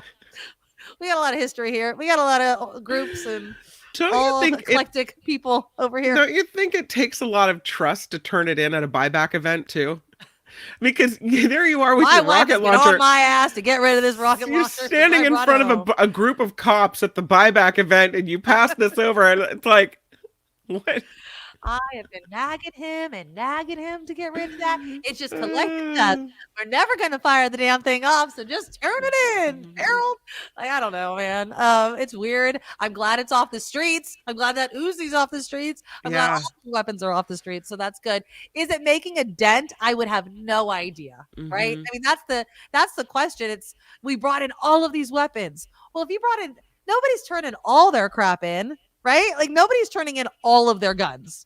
They're like, I don't need 50 of these. How many other Uzis do you have at home? Do you have another rocket launcher? Who the hell knows? Oh, right now, Deidre's in Maui, and she's taking us with her to their walk on the beach. I'm so jealous. Thank you for taking us with you, Deidre. I'm just going to close my eyes and pretend I'm walking on the beach with you, Deidre. Oh, that'd be so nice. Kevin, best text of the day. Maybe he bought a new rocket launcher. He's like, I don't need this old one. I upgraded. Yeah. Now I got a dual one. The old shoulder. Yeah. I don't know.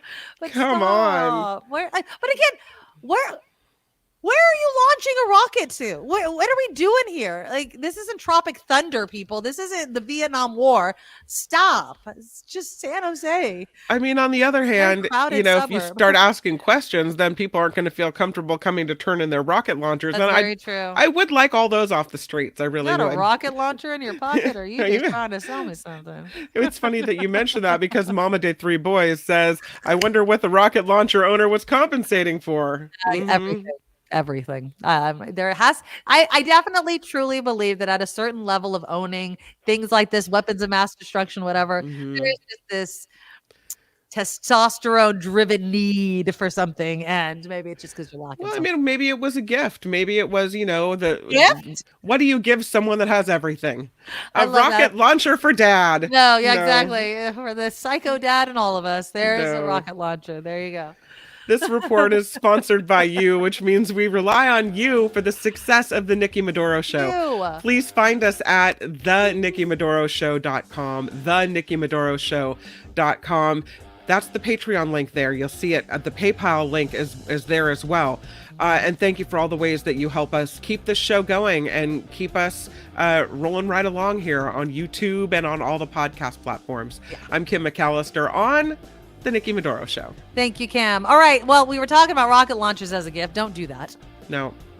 But what about other types of gifts? So, like, okay, let me start a little lighter with my list of favorite things. You'll find the link to the list in the show notes. It's my link tree. It looks something like this. This is what it kind of looks like here. That's what it looks like. So look for it in the show notes. I put new stuff up yesterday because I promised Kim I would. Okay. I'm going to go down a couple of these gifts. And the only reason I'm doing it right now is my kids aren't watching it. They're at school. Okay. Now, this is something. Do you ever go Christmas shopping and then you end up buying crap for yourself because you're like, I really want that? Jim said he did get the Tushy bidet. You gifted the Tushy bidet? I'm hoping you gifted it to yourself. You gave it to your own butt. I hope, but maybe not. Jim, gift that keeps on giving. I'm telling you. I bought one last year and hadn't put it in. The Tushy. Not specifically the Tushy. It was the one that you recommended last year, I think. Okay, yeah. I've upgraded since then, but yes. Okay, so the one I did last year. Okay. And so my mom had asked for one, so I gave one to her, and then I bought one for us at that point. Okay. And you have not used it. Never put it in. It was put in maybe 2 weeks ago. And how have you not told me this? I'm telling you now. David says it's life-changing. Thank you, David. Jacob says it's life-changing. That cold water shot up toward my nether regions, and I thought to myself, I let out a yelp. You have to go slow. I told you to turn the knob slowly. That is so slowly. Uncomfortable. Slowly. That water shot up my parts. That is so cold. It wakes you. You know what, Kim? No interest in having cold water shot at my bottom. It doesn't. You're shooting it way too hard. Okay, it does not need to be shot that hard at your butt. Okay, like stop. David's like, "What's wrong?" I'm screaming in the bathroom, like, "They'll never use that again." No, I'm telling you, just whatever. Slowly do it, and again, you'll never be as clean. When I did not have it for when we first moved into this house that we're in, I was visibly upset. I was like, this is not right. I don't feel right. I don't feel comfortable standing up after going to the bathroom. Nope. You know what? Suck it up, buttercups. You know what's in right now also? If you're looking for gifts, ice baths. Any ice bath people out there? I hate being cold. Bath? Yeah, it is having a moment. So Wim Hof, if you don't follow him, he's like this cold water guru for some people. I watch his videos. I watch them for inspiration and then say there's no way in HE double hockey sticks I'm sticking my ass in a cold bath. But it's like the polar plunge. Apparently there's huge health benefits to regularly taking ice baths for healing, for your metabolism, for all sorts of things. I can't talk myself into it because I hate being cold. Yeah. But I mean, they've almost got me and I hate being cold. But apparently ice baths are in. So a little coldish water up your butt is not that big of a deal. To be clean. You can get a heated one. Highly uncomfortable. You can get a heated water one. So but that's expensive, right? Well, you're using hot water. I mean, and you have to have the line hooked up. It's a little more difficult to hook up. This is a little much for me. Yeah. No, life-changing. But I don't want a stream of cold water shock me right up the wazoo. When you know that it's coming, when you slowly, I hope that you didn't just turn the knob as quickly. That'll give you an enema at some point, right? I mean, I think that's what happened. I turned the knob. I got a shot of cold water where I didn't need it. There was a yelp of surprise, and then there was the instant thought, "I'm not doing this again." Dude, your son can figure it out. Figure it the heck out. I am sorry. Get the bidet. It is life changing. I swear, somebody needs to pay me for this. SJ Lola got a heated toilet seat this year. See, I get that, but then all of a sudden I feel like my ass would start sweating. You know what I mean? Like for as long as you sit, it just might get a little uncomfortable. Slip in, slide in, just get the bidet. That's all you need. That's all you need, my friends. All right. Here's some other gifts besides the ones that are made for your butt. I really want this, but apparently I'm not getting it for myself. Have you seen these? Oh, that's the shark suit. Yeah, it's a blanket and your head's underneath there somewhere and you snuggle up. Now, I have mixed reviews on this. I will let you know if anyone's interested in it. Again, it's part of my favorite things because I really want it. It looks hot. I want to see that. I hate being cold. It looks perfect for me. The only thing is there's no hand holes. So you're in it. Like you can hold things with it. I need the opportunity to stick my feet out. Oh, no. See, I love the fact that my feet are If I get too hot, like my feet need to be out right then at that moment. Yeah. So zippers on the feet where you can. I don't know. I haven't gotten it yet. I ordered it, though. Okay. Here's another one. This one I'm getting for Dylan. Have you seen this?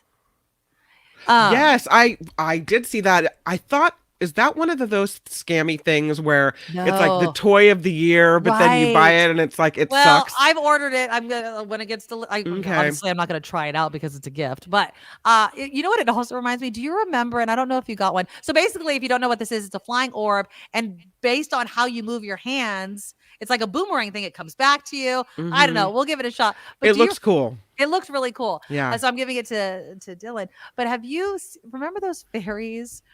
Remember, it was like the flying fairy, and you'd hold it in your hand. It was attracted to heat, and it flooded around. And then there's all the videos of them going in the fireplace. Did you ever get one of those? No. We had one of those. So I'm really hoping the orb isn't like that because it was quite devastating for some people when their fairy just burned itself to death. We had a last year. They had those flying Yodas that were controlled by hands as well. Okay, and I'm hoping the technology is better. Yes, they say that this orb is a better. It's 2.0 or something like that. Because the flying Yodas were like all over the place, smashing into light fixtures and whatever else. So you're supposed to probably start outside till you get the hang of it. So if you get it. This is for anybody with cell phones. Now, here's the thing. So I'm researching cell phone plans because Dylan has an 8, I think. I think it's an 8. He needs a new phone, okay? Marley's phone is busted, but she doesn't have her phone right now. But when they get their phones, we're thinking about upgrading. We'll see. Maybe James and I will upgrade, and then they'll get our old phones, whatever. But if you have a kid, and I want to get one up for myself, although I haven't bought one, maybe I'll buy another one and stick it in my own stocking. So this is a charger that just goes on the bottom of your phone. Great Oh, reviews. It's okay. called iWalk. I need something like that. I like this better than the one that goes on the back of it because it makes it so bulky that when I put it in my back pocket, it's annoying and it's uncomfortable. So this is the one that I chose. It gets good reviews. It's the iWalk mini charger, and it's like the size of your phone. It just makes it a little bit longer, but it doesn't make it thicker. This is the big gift. You want to see the big gift that we're getting? Is that a full charge, or what is that? What Yeah, kind I of think you charge it, and then it just keeps the charge on your phone. Okay, is what I think it does. This is the big gift for Dylan. Oh, beanbag chair. Yeah, it's iChill or something like a chill sack. I think it's called chill sack. It's pretty big. I mean, that's a grown adult. My son is not that big. He wanted a couch, Kim. He put a couch on his Christmas list. And so I was like, look, and so we were searching around. That was reasonably quote unquote priced. So that's his.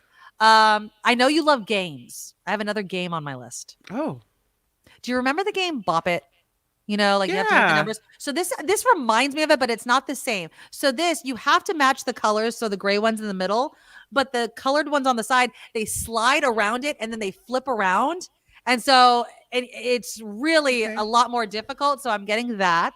So if you're looking for a game, I'm getting that one. And then this one I'm getting for my daughter because when we rented this house, her bed, and I knew it was going to be a problem. Her bedroom came with a lamp that was only worked by a remote. Oh, either the remote or the light doesn't work. There's some sort of short. Is somewhere. that the ceiling light? Yeah, the only light that's in her room. It's a ceiling. Okay. It's the light, and it doesn't work anymore. So I don't know what the problem is. We don't want to mess with electrical, and it's not the biggest thing. So we got her standing lamps. Well, of course, the kid puts the lamp all the way on the other side of the room, gets into bed, and doesn't want to get up. So I'm getting her a clapper. I'm getting clap on. I've never had one, and it's clapper. mixed. If anyone's had a clapper before, apparently, and let me take this down. Apparently, you have to kind of cup your hands is what I've heard to make it. I always remember the old lady in the bed going to bed, like putting the covers over her bed. So we'll see if that works out. And then one last one that I'm getting, and that's for my daughter to do her own damn hair. It's one of these drying brushes that curls it as well. I don't know if Julia does her own hair because I know Julia has thick, beautiful hair. Yeah. Marley does not, but she always has me do her hair in the morning. I'm over it. So she put that on her. That's sweet. If I tried to touch Julia's hair, she would knock me into next week. No. Oh no, Marley, she beats Julia me. Makes make sure I'm not getting ready for the show before taking her to school, so I could do her hair first. Because if I run out of time, I'm like, it's not sweet. It's a pain in the ass. No, that's learn how to do your own hair. No, because then she gets all aggravated. It sounds sweet, Kim. And I love my daughter. But then she's like, this side, what's wrong with this side? It doesn't look the same. I'm like, yo, I am not a hairstylist. If you want to learn how to do it yourself, that. See, if Julia was your daughter instead, you would be thinking, how sweet that she wants my help with that. No, Julia doesn't want anything to do with me. Yeah. So sad. I've seen this too, Lori. Box Bulkin. I have seen this. I wanted to guess I kind of want to order it. So it's a head thing. Cool. It's a headband with a string and a ball, and you have to. Oh, sorry, Matthew.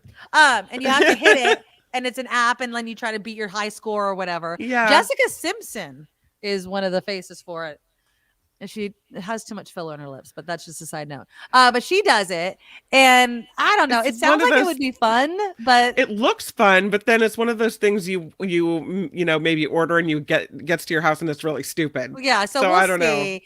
Know. Lori, if you're gonna get it, let me know if it's good. Yeah. I was tempted by it too. Thank you, Doug, for the $5 super sticker. By the way, thank you, Doug. Thank you. Yeah. So anyways, these are the gifts, some of the gifts that we're planning on buying. If you want to see the list and the full list of things, I had to take some things off. What did I take off? I took off a couple of things, so you might not see the entire list, but there's a bunch of stuff on my list of favorite things, and it's in the show notes. But I want to play you this video because this is I think a conversation a lot of people have right now because they're calling relatives. Like, I'm texting my nieces and nephews. What do you want for Christmas? What do you want for Christmas? Right. My niece and my nephew, crickets. My other niece gave me ideas, and I was like, look, if you don't give me an idea, I decide, and it's going to be money. I just will give you money. That's my default gift. This is a video that went viral recently, and she makes such an excellent point about gift giving. And when you ask somebody what they want and your response to it. So here we go. Let me take this off, and then here we go. Teens, okay. If you ask them what they'd like for Christmas or a birthday, and they say, "Can you pay a bill? I'd love gas money. I'd love grocery money. The daily facial cleanser that I use, I'm running low on. If you could buy me one of those." And then you go, "That's not a gift. You're wrong. You're wrong, and you're not buying the gift for the person. You're buying it to make yourself feel like you've done something, and that is not how gifts are supposed to work. Why would someone want something nice when they can't afford necessities? No adult is saying to their parents, for my birthday, I'd like food," if they don't need it. If you were in a place where you could literally just take them out grocery shopping and help them out that way and then buy them a gift, awesome. But if it's like, "Oh, I have a $50 budget for Christmas and I want to make sure my kid likes a gift," give them the $50 for fucking gas. And on that note, if you give someone cash as a gift and then they don't use it in the way that you want them to, that has nothing to do with you. That was a gift. You gave it to them. Sorry. Anyway, maybe it's a little controversial, but if someone is asking you specifically for something and you can get them that thing and then you choose not to, you're bad at giving gifts. Anyway, happy holidays. Happy holidays. I completely agree with her. I completely agree. Yeah, she's 100% correct. And Dylan doesn't watch my show that closely anymore. So I'm 100% sure I'm safe. But yeah, I think that if you give somebody a gift, it should be what they want. And it might not be the sexiest or, oh my God, really? That's what I've heard myself saying that, like, that's what you want. So listen to some of these responses to that woman's video. One said, "Make gifts practical again," which is so true. One woman said, "My mom said, I'd give you the money, but I know you'll spend it on bills." Yes. And exactly. Like I want to not worry about my bills. I want that to be my gift. One person says, "I asked for a grocery store gift card and I have never gotten one. I need food, Devonna, not a tree ornament." It's true. Then some people shared stories about their perfect gifts. "My mom bought me tires for my car and I literally sobbed. Best gift ever. Peace, safety, and a weight off my back. It's so true." Yeah. Another person said, "My adult son said he wanted nothing for his birthday. I offered to pay his car registration and he gladly accepted." Can you imagine if someone's like, "I took care of that bill for you. Yeah. Done. Thank you. Oh my God. Thank you." There's something, some people will say, a gift should be something you wouldn't buy yourself. Something extravagant that you wouldn't, God, you would say, "I'd really like to have that, but I'd never actually buy that." That's what you want a gift to be. I disagree. I think, as this woman was saying, if you're struggling with your day-to-day, right, that is a huge weight lifted off of you to have a bill taken care of, or an obligation, or new tires on your car when you don't have enough to put them on. Yes, absolutely. Exactly. Let me read a couple more. My grandma always gives me money and says, "It's exactly what you want, and I know it will fit." Exactly. One person said, "When I first moved out, my parents would give me an adulting basket full of groceries and cleaning supplies. Hands down, my favorite gift." Oh. "My dad fills our freezer with meat every Christmas. It's my favorite gift." Yeah. "My grandparents bought me some new socks and a AAA membership. I cried." Last year, I asked for a washer and dryer because I needed it. Dad came through with it. And then the last one, "My mom paid a medical bill for me last year, and she's getting me new glasses this year." I mean, it doesn't sound like, oh my God, but it's not like your favorite CD or a sweater. I don't need a sweater. I need to not worry. I want to sit at Christmas time and not have this looming bill, as a dark cloud over me. I could totally understand that. Jim says, "My gifts to my closest friends is to feed them at one of my barbecues. However, many have moved away from expensive Cali, so I demand they put an Amazon wish list of things they need." Oh, I love that. There's a meme going around that said, what was it? It was like, big box stores need to stop with the discounts on televisions, make discounts on groceries, right? Like that's what people need. They need the stuff they need. Yeah. Heather says, "I have this struggle all the time with my mom. I say, I don't want more random clutter. I want useful stuff." And her response is, "But that's not fun." Well, throwing out stuff I don't want also isn't. Very true. I like this one. SJ Lolo, "We give our family members 10 California scratchers each on Christmas Day. and we scratched them off together. No one's won big yet, though. Oh, I think that's kind of fun, though. It is fun, but I mean, honestly, the family that gambles together stays together until somebody hits it big, SJ, and then all of a sudden everyone's looking at each other. It's like, well, do we like, share it? I bought that one. I want it back. Exactly. That's always. It's like, I give this to you because I want you to be excited. But gosh, if you win big, you better share it with me, right? Yeah. Yeah. It's hard to really figure out what's going to make people happy. My husband, not that you need to say it out loud, but like, do you know what to get your husband ever for Christmas or birthdays? Oh, you do? Yeah, he's pretty easy. Oh, see, my husband is so difficult. So we did grocery shopping. We did some gift buying. And then all of a sudden he's like, you're getting me this. So he just puts a bunch of stuff. And I was like, okay, Merry Christmas. Like, okay. I mean, I have one idea that I'm not going to say because my husband watches the show. I have one idea that I want to get him. And it's I hate saying it's big because it's expensive, but I definitely think that it's something that he would totally get joy out of. And so that makes it big. Does that make sense? Yeah, totally. And it's stupid expensive, but yeah. Other than that, like, I had one idea, and I'm going to say it because he said no to it. I wanted to get a smokeless fire pit. You seen those? Oh, no. Is that the one, the table one? Well, it's not that looks like a bullet. No, it has, it looks like a regular fire pit with a tube. Right. And just pellets. And then this air flow thing makes it so it doesn't produce a lot of smoke, which is awesome because the other fire pits that we have that we put wood in, it finds me constantly, right? And it's just blowing smoke in my face. Yeah. And so I decided to kind of ask him straight up, like, would you want a fire pit? Because I was realizing I wanted the fire pit. Yeah. You know what I mean? Like, and I was like, well, and he's like, no. I was like, really? You don't want a fire pit? He's like, he looks at me square in the eye. He's like, no. I was like, okay. Wow. Like that. So no, he doesn't want. Oh. It's hard. So, my husband is the cook in the house. And so kitchen items are always good, but it has to be a kitchen item that he wants or he'll use. And he so you that's always should have him make his recommendations. You know what I want a recommendation from your husband on? And maybe you know it off the top of your head. Best can opener. I hate with a passion every single can opener I have ever laid my eyes on. Every single one.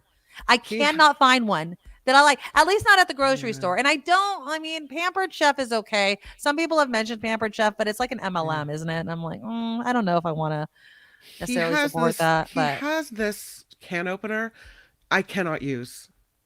For the life of me, I can't figure out how to use it. Is it the basic one that just has the half circle on it? Because that's the one that we have right now. It's the only one that seems to work. It's got a long handle. Like it's different. It's not your normal can opener. Okay. Like the can opener we used when we were kids. It's not that. It's not the one with the turn thing that I hate. I hate those ones. They could suck it. I hate it. I hate them. Every time we get one of the ones with the turn knob on it, I use it twice. And then all of a sudden it starts skipping and then it doesn't open and it won't clip the can. I hate it. I hate them. No, I hate I don't think you would like the one he's chosen. Every single time I take a can out of the cupboard to make it, I'm like, son of a bitch. I'm not going to be able to open this. And it's like I psych myself out. And I go, fingers crossed, fingers crossed. No, Kim, no. Those OXO, whatever the hell you call it, those suck. Suck. I have bought so many of those damn things. Break. No, I disagree. I will not support OXO or OXO or whatever the hell you call it. Nope. They make some good kitchen items.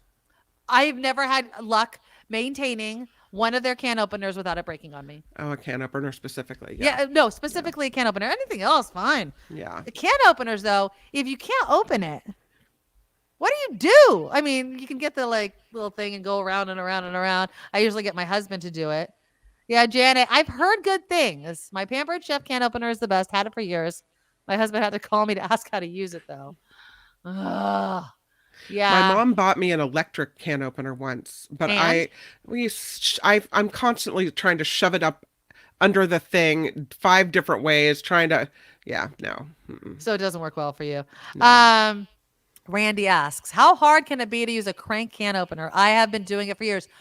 Maybe you have an old styly strong one. Yes. But the way they make them now, they suck. They really, really do. They do. Like, I'll have it on there. It'll, open the can a little bit. I'll start turning it. And then all of a sudden it just decides to let go. It'll let go. And then all of a sudden I have this big gap in my can. Then it'll grab it again.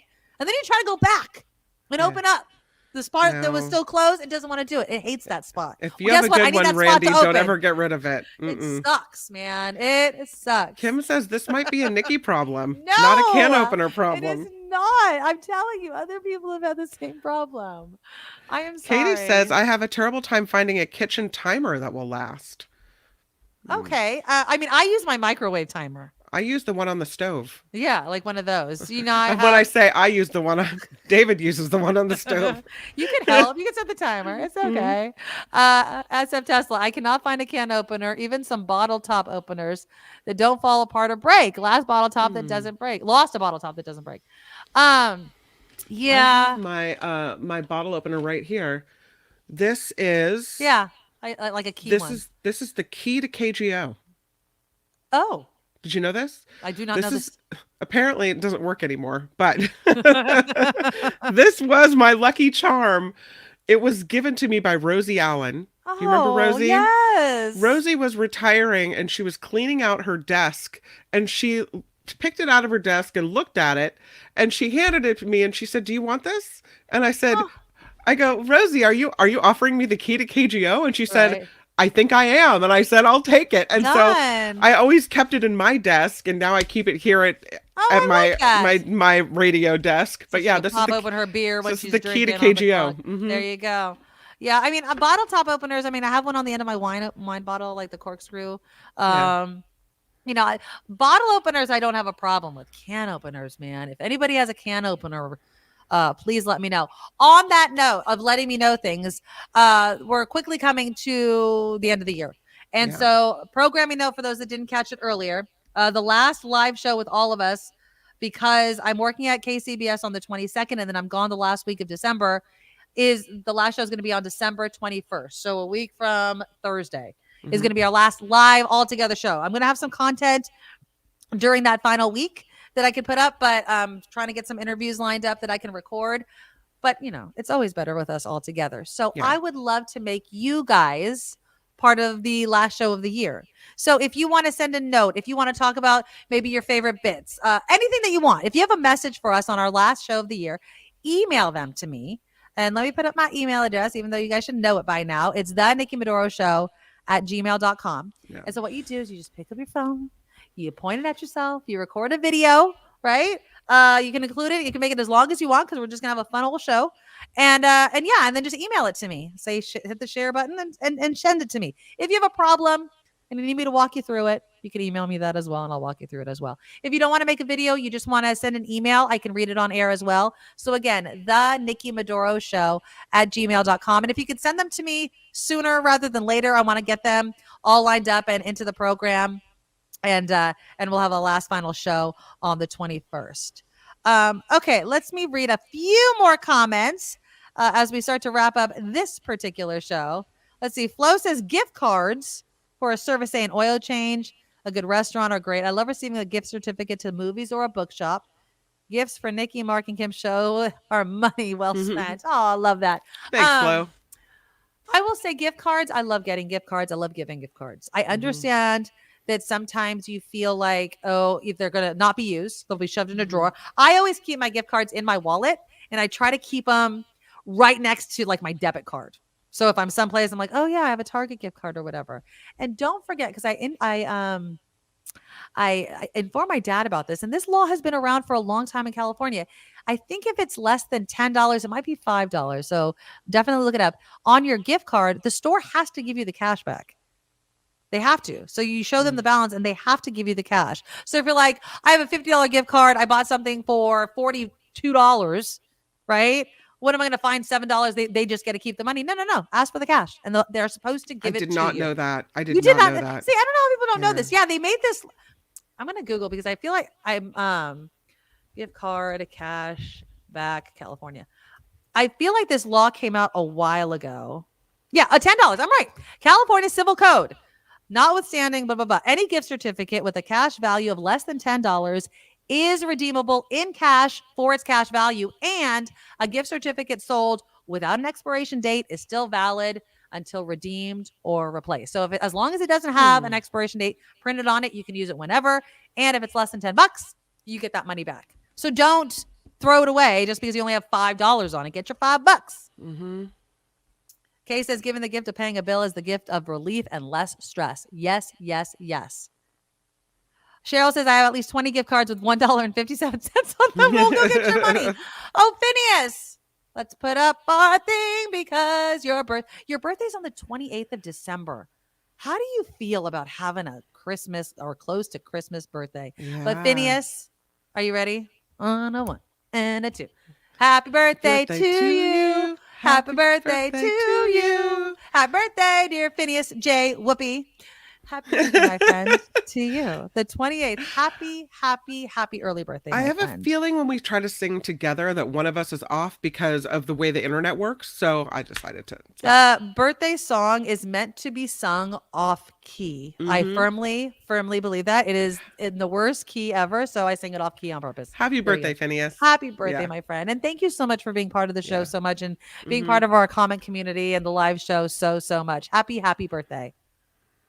Jennifer says, anytime I don't know how to do something, I YouTube how to do it, and somebody has recorded a video on it. Kim, I think your can opener video is there.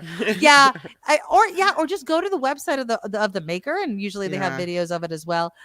YouTube, where we are, has a host of many different things. So get help where you can find it. Natalie says, I want one of those stupidly expensive smart coffee mugs that keep your coffee hot, but I'm too cheap to buy it. Now, does the coffee cup do it, or is there a little a pad that you're supposed to put it on? Our old boss and colleague, Drew Sanzer, he used to be my boss up at KFBK in Sacramento. Yeah. He also worked at KGO for a long time. I love Drew. He always used to walk when we were at KFBK. Yeah. I used to be part of the Drew Sanzer fan club with my old coworker, Lori. We love Drew as a boss. He's the best guy ever. Yeah. And he always used to complain and walk around the studio saying that his coffee was cold. His coffee was cold because he always went back. And so we got him one of those, but it was a pad, which doesn't actually solve the problem because you have to keep the coffee on the pad. What happens is you're walking around with the coffee, you put it down, and it gets cold. Right. Natalie, if you know of a coffee cup, standalone cup that keeps it warm, besides a thermos or a Stanley or something like that, like a coffee cup, I want to know what that is because that's kind of ingenious if you ask me. You know, how you were talking about Christmas birthdays? Yes. Mark Thompson's birthday is December 26th. Ugh. Day after Christmas. I don't mean that Phineas or Mark or whatever. It's so difficult when your birthday is. My best friend's brother, I think, is the 28th as well, Phineas. I think and so it was always like, this is also your no. You have to have a separate day. You have to have a separate day. Yeah. I would celebrate my half birthday. If I had a Christmas time birthday, the half birthday would be my birthday. Yeah. Right, the date right in between it, that would be my birthday. Merry, very happy birthday to you. I know it's unbirthday, but I think that's just too difficult. Phineas says, I always get shortchanged and I hate it having a birthday near Christmas. You do, because everybody's like, oh, that's right, it's your birthday. One of my good friends, her birthday is New Year's Day. And so she hates it too, because either people have plans or she doesn't feel special. It's hard. Yeah. But whenever we're together, everybody's hungover on her birthday. But everyone at midnight, they're like, Happy New Year, and then Happy Birthday. Yeah. It's not, you don't feel like you have your own special day, and I get that. Yeah. Oh my God, I'm so jealous. Nikki, I'm going to McCooney's on my birthday. Can I treat your husband and you on my birthday at the Concord McCooney's? Oh my God, if I was in town on your birthday. Yeah. Oh my God, go. Get the barbecue tuna, red and white sauce, and the Incredible roll and the Pip My roll. They're very similar and they're very good. I get to spin the wheel. Yes, you do. Oh my God. I'd love to. Can I get a range? I'm not going to be in town that week of your birthday. That's why we're not doing a live show. Go take pictures, send them to me. Happy birthday. I love McCooney's and my mouth is watering. One of my favorites. Get the barbecue tuna though. You can choose whatever rolls you want. Get the barbecue tuna with the red and the white sauce. Ugh. They have a birthday wheel?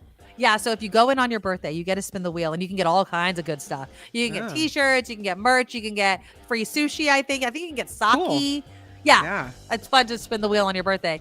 I should have done that for my birthday. Yeah, you should have. I should have. But whatever, maybe next year. It ain't going anywhere.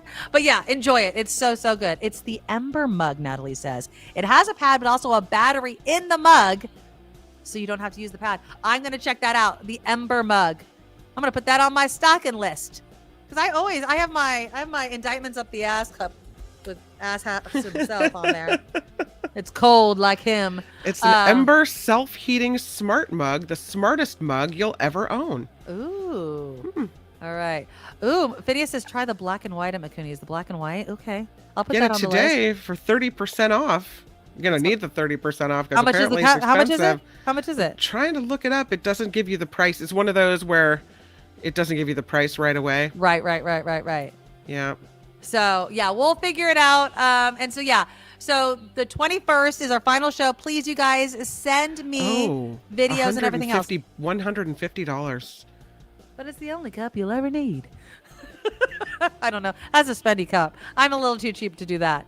But if it's a gift and somebody's looking for something to get you. Do you have a picture of it? Let's see. Oh, that is cute. $150 though.